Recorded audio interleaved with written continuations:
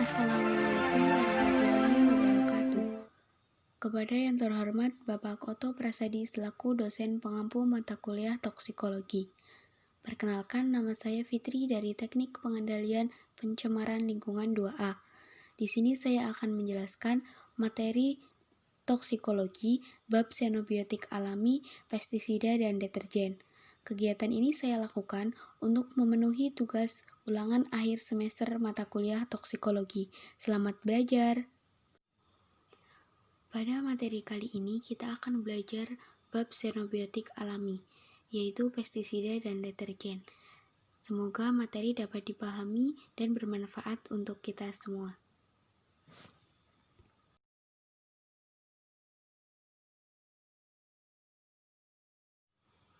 Apa itu pestisida? Pestisida berasal dari kata pes yang artinya hama dan side yang artinya membunuh. Pestisida merupakan istilah bagi senyawa kimia atau zat renik yang digunakan untuk membunuh organisme pengganggu tanaman atau OPT dan pengendali zat lainnya.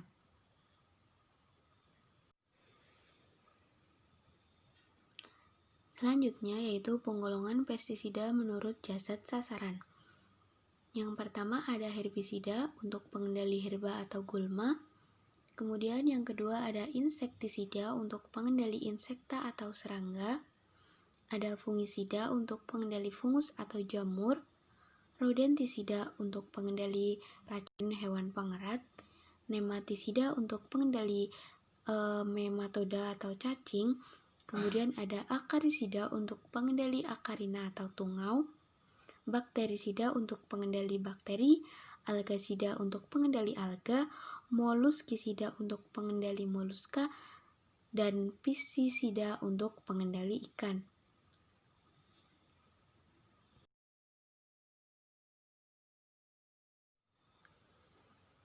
Selanjutnya, penggolongan pestisida menurut asal dan sifat kimia terdiri dari dua golongan yaitu sintetik dan alami. Golongan sintetik terdiri dari anorganik yaitu garam-garam beracun seperti arsenat, fluorida, tembaga sulfat, dan garam merkuri.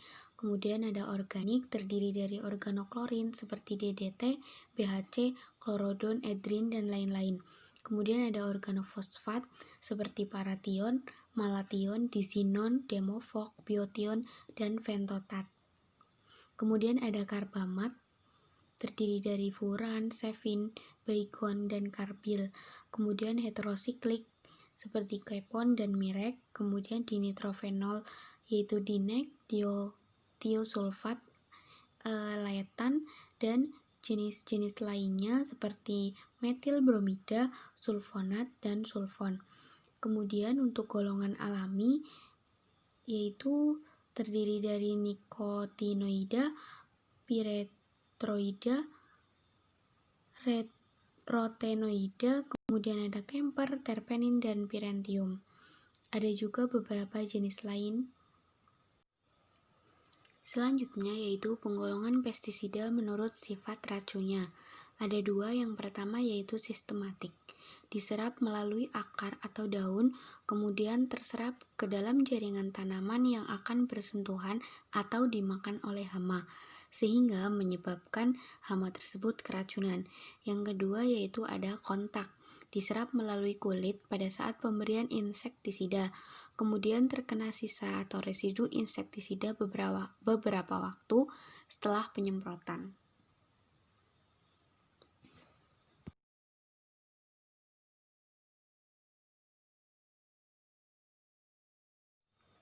Selanjutnya yaitu cara masuk pestisida ke dalam tubuh organisme.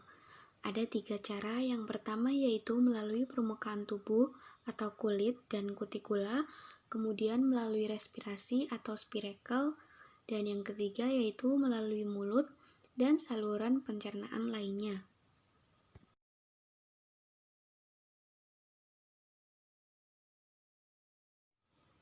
Selanjutnya yaitu sifat umum pestisida. Pestisida mempunyai dua sifat umum. Yang pertama yaitu persisten dalam lingkungan darat dan perairan atau menempel pada partikel tanah atau substrat dalam jaringan tumbuhan maupun hewan atau menempel pada lemak. Kemudian yang kedua yaitu sukar terurai oleh faktor lingkungan dan mikroorganisme.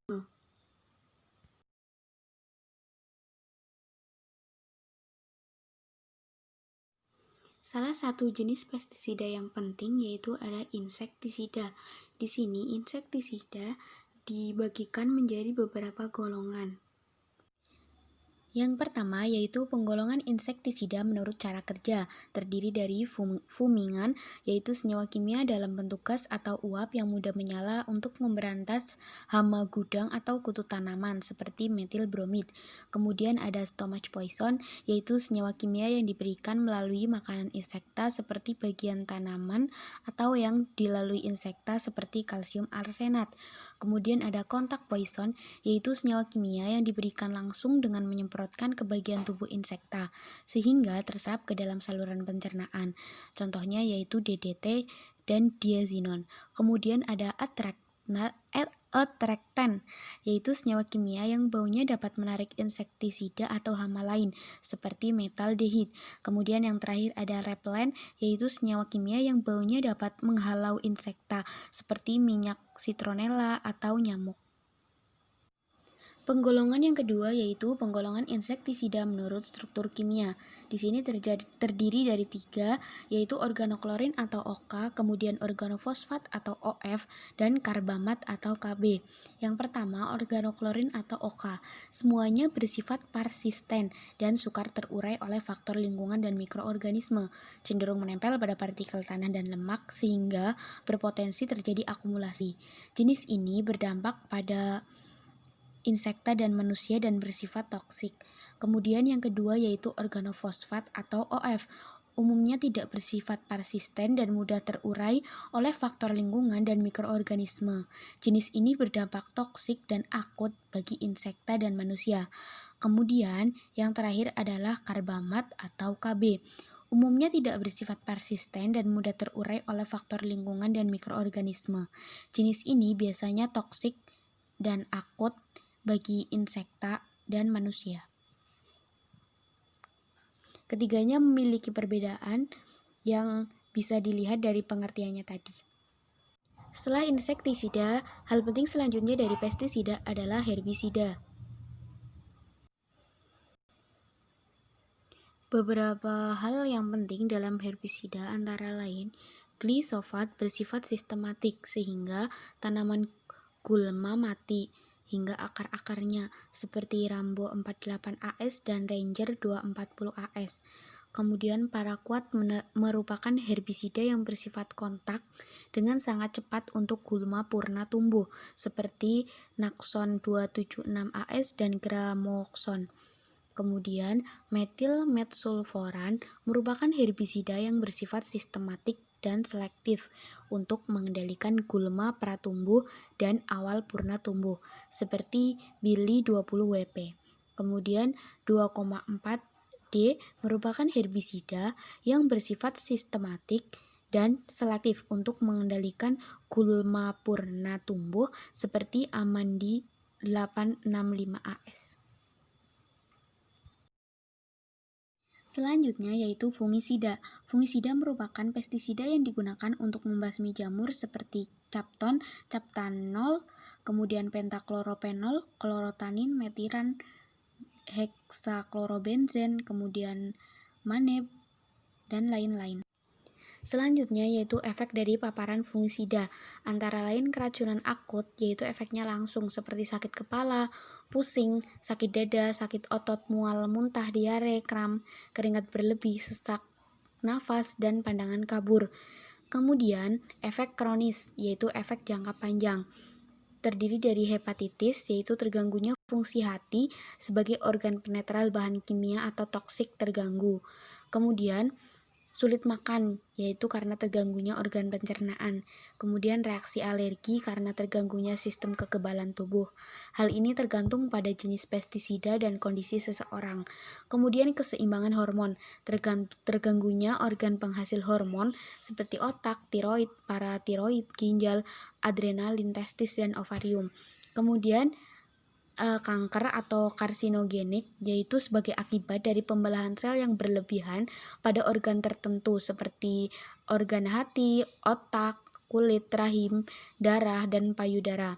Kemudian terganggunya sistem syaraf atau neurotoksin, keguguran kandungan atau embriotoksin, kematian bayi atau fetotoksin, dan lahir cacat atau teratogens. Kemudian kasus keracunan pestisida yang pernah terjadi, yang pertama yaitu hamil anggur pada istri petani di daerah Lembang. Kemudian ada 12 orang petani meninggal di Klaten. Kemudian ada 18 orang transmigrasi meninggal di Lampung.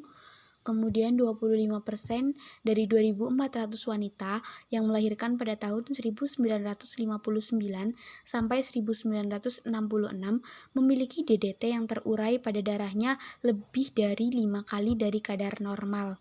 Kemudian kematian ayam-ayam di lahan pertanian puncak.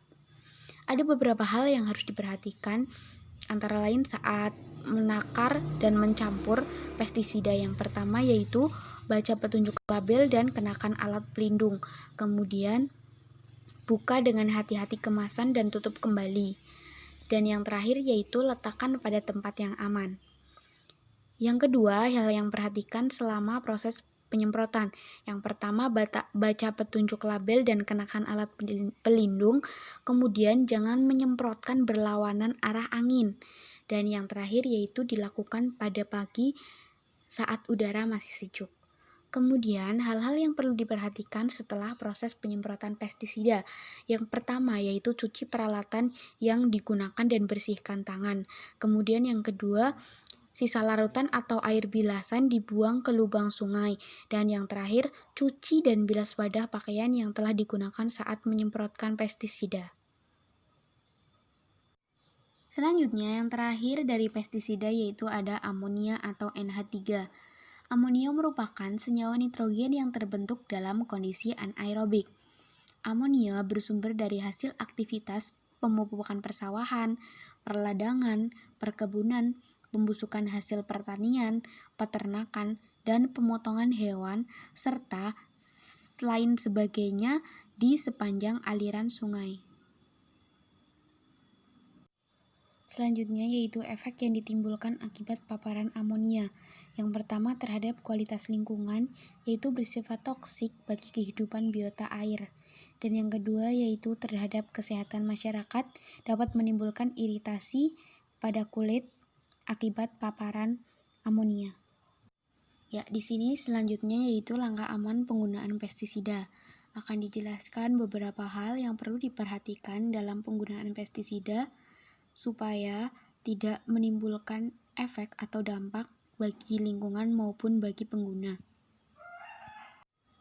Yang pertama yaitu pahami label.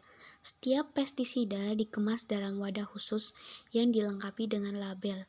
Jangan membeli pestisida yang kemasannya bocor atau labelnya rusak.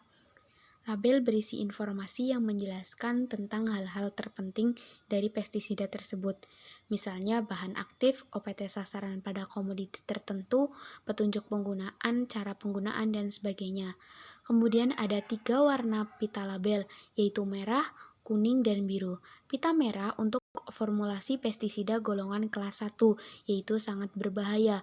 Pita warna kuning untuk formulasi pestisida 2 atau berbahaya. Dan yang terakhir yaitu pita warna biru untuk formulasi kelas 3, yaitu cukup berbahaya.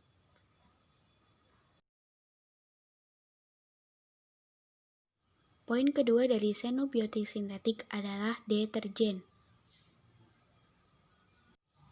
Deterjen memiliki gugus alkil, umumnya C9, C15, atau garam dari sulfonat atau sulfat berantai panjang dari Na.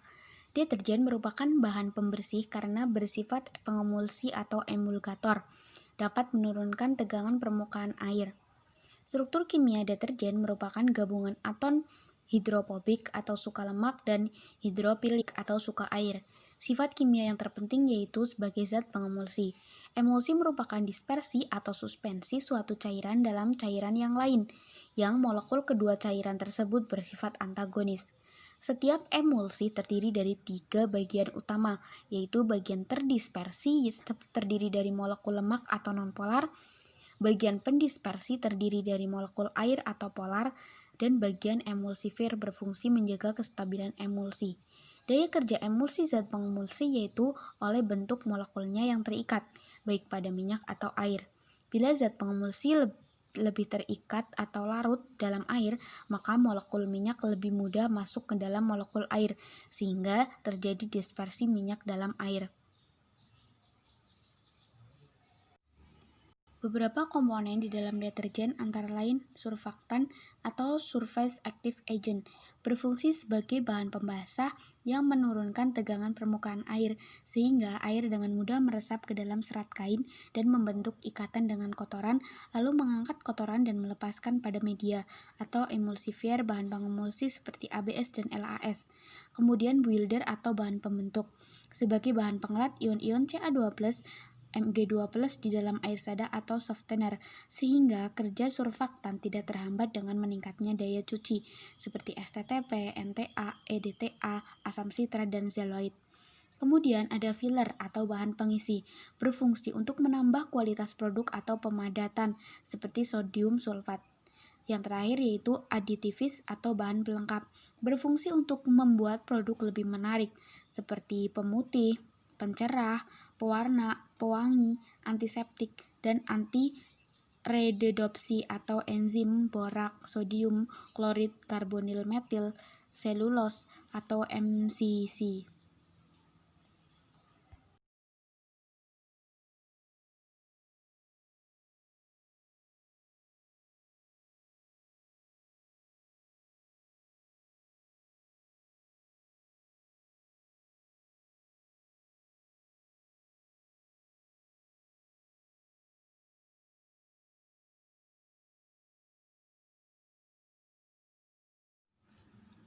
Deterjen dibedakan menjadi 4 golongan. Yang pertama yaitu deterjen anionik, yaitu deterjen yang bagian muatan negatifnya dapat menurunkan tegangan permukaan zat cair. Contohnya ABS, LAS, AOS, amonium klorid, DEA, CTSP, kemudian ada SLS dan SLES. Kemudian deterjen kationik, yaitu deterjen yang bagian muatan positifnya dapat menurunkan tegangan permukaan zat cair, contohnya garam amonium. Kemudian ada deterjen non-ionik, yaitu deterjen yang tidak mengandung muatan positif atau negatif dan tidak mudah larut dalam air, contohnya NPP. Atau nonil penopolitoksil. Kemudian yang terakhir yaitu deterjen amfoterik, deterjen yang mengandung muatan positif atau negatif dan tidak mudah larut dalam air. Contohnya asil etilenediamines dan yang lainnya.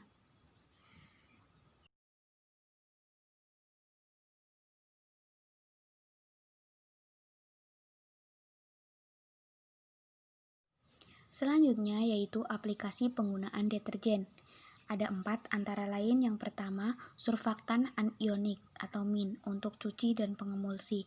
Yang kedua, surfaktan kationik atau plus untuk softener, flotasi, dan bakterisida. Yang ketiga, surfaktan non-ionik atau non untuk pengemulsi pada suhu rendah. Dan yang terakhir yaitu surfaktan amfoterik atau ganda untuk sampo bayi dan kosmetik.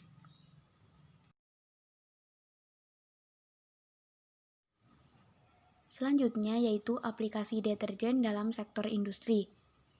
Yang pertama, industri minyak bumi untuk eksplorasi memecah emulsi crude oil dan mengatasi tumpahan minyak di pantai. Yang kedua yaitu industri tekstil untuk menghilang lemak, peningkat kualitas pewarna, melicinkan benang dan finishing kain. Yang ketiga, industri kertas untuk penghilang tinta dan finishing kertas. Yang keempat, agroindustri untuk bahan campuran pestisida. Yang kelima, industri logam untuk pencegahan korosi, finishing permukaan logam, penghilang lemak, dan kotoran lainnya. Kemudian, aplikasi deterjen dalam sektor industri yang terakhir, yaitu pada industri tambang untuk flotasi biji logam dan batu bara.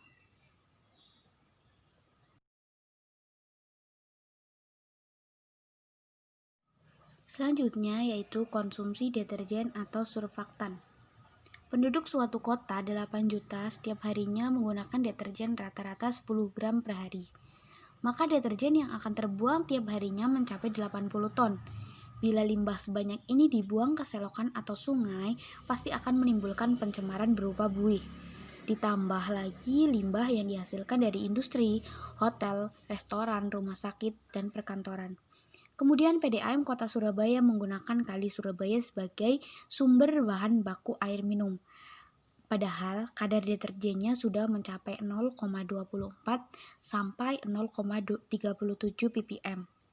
Sehingga kadar deterjen pada produksi PDAM Kota Surabaya sebesar 0,21 sampai 0,31 ppm. Sumber dari Surabaya Post 2000. Angka ini di atas ambang batas diperbolehkannya konsumsi yaitu 0,05 ppm. Dan hal ini menjadi ancaman bagi kesehatan masyarakat maupun bagi kesehatan lingkungan. Selanjutnya yaitu produksi deterjen.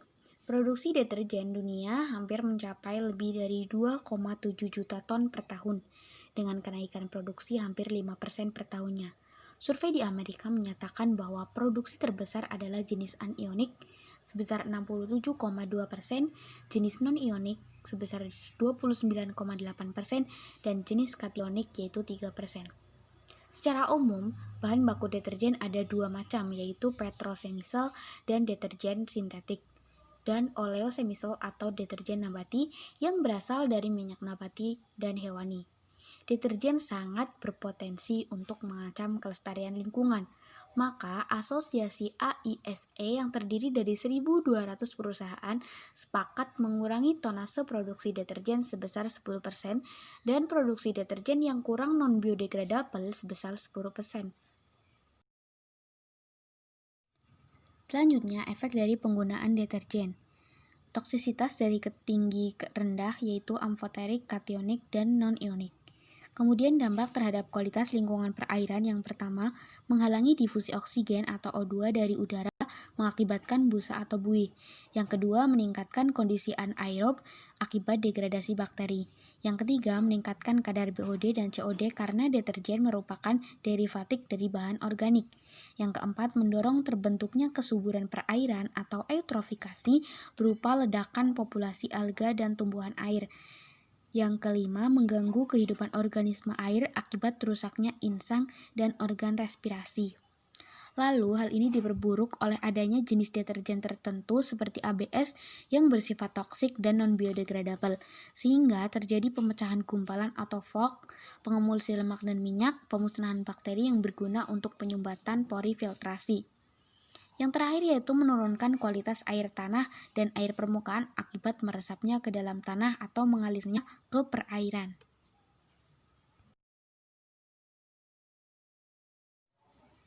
Selanjutnya, dampak terhadap kesehatan masyarakat antara lain, yang pertama menimbulkan diare akibat pemanfaatan air tanah atau sumur yang terpolusi sebagai sumber air minum. Yang kedua, menimbulkan iritasi, gatal-gatal, hilangnya kelembapan alami kulit, terasa kasar dan panas, serta peningkatan permeabilitas permukaan pada kulit usai pemakaian karena deterjen bersifat alkalis dan senyawa kimia tertentu. Dalam kondisi iritasi atau luka, penggunaan pewangi justru akan membuat luka semakin parah. Kemudian golongan amonium kuarternak atau ADB, AC, dan DEA dapat menimbulkan iritasi pada mata, kekeringan, dan membentuk senyawa nitrosamin yang bersifat karsinogenik. Senyawa SLES diklaim dari minyak kelapa atau LAS mudah bereaksi dengan senyawa amonium kuartenar seperti DEA untuk membentuk nitrosimin. LAS reaktif mudah terdegradasi secara biologis. Kemudian proses degradasi deterjen akan menghasilkan sisa benzen yang apabila bereaksi dengan klor akan membentuk senyawa klorobenzen yang sangat toksik. Selanjutnya yaitu sabun. Sabun adalah hal penting dari deterjen yang sering kita pakai dalam kehidupan sehari-hari. Sabun merupakan gliserida C16 dan C18 atau karboksilat suhu menurun. Sebagai hasil reaksi antara ester dengan asam alkanoat, yaitu reaksi antara asam karboksilat dengan alkohol yang merupakan senyawa aromatik dan bermuatan netral dengan hidroksil dan residu gliserol. Sabun merupakan bahan pembersih karena bersifat pengemulsi dan dapat menurunkan tegangan permukaan air. Sabun merupakan hasil dari hidrolisis lemak dalam kondisi alkalis. Prosesnya yaitu dengan memanaskan asam lemak stearat, palmitat, atau oleat dengan garam alkali yang akan menghasilkan gliserol dalam garam natrium atau kalium. Proses ini disebut penyabunan atau saponifikasi. Selanjutnya yaitu macam-macam sabun, antara lain yang pertama, sabun keras terdiri dari asam lemak plus NaOH. Kemudian sabun lunak terdiri dari asam lemak plus KOH plus pewangi. Kelemahan dari sabun adalah daya pembersihnya menjadi tidak efektif bila digunakan dalam air sadah. Hal ini karena sukar membuih sebagai akibat terbentuknya garam yang mengendap sehingga mengotori pakaian. Keuntungan dari sabun yaitu bahannya dari sumber daya alam yang dapat diperbarui dan mudah didegradasi.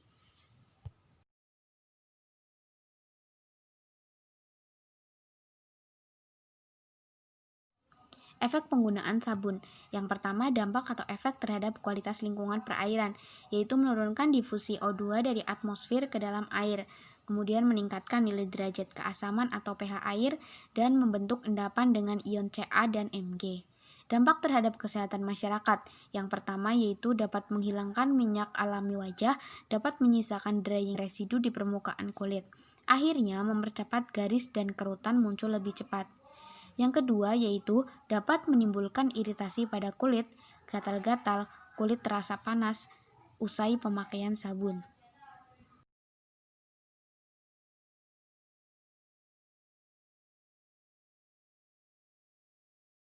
Selanjutnya yaitu hidrogen sulfida atau H2S.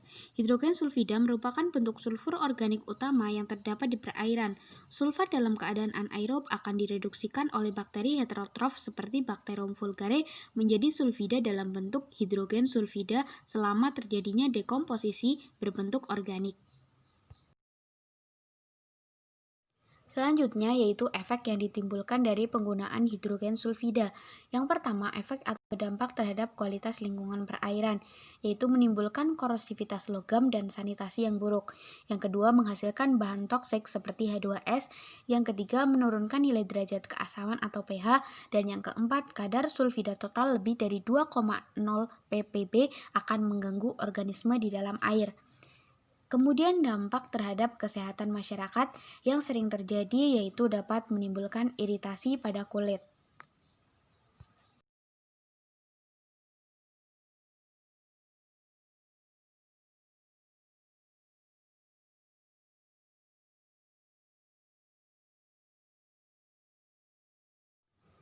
Sekian materi yang telah saya jelaskan. Mohon maaf apabila ada kesalahan atau ada penjelasan materi yang kurang jelas. Semoga materi yang telah saya jelaskan tadi dapat bermanfaat bagi kita semua. Terima kasih, sekian dari saya. Wassalamualaikum warahmatullahi wabarakatuh.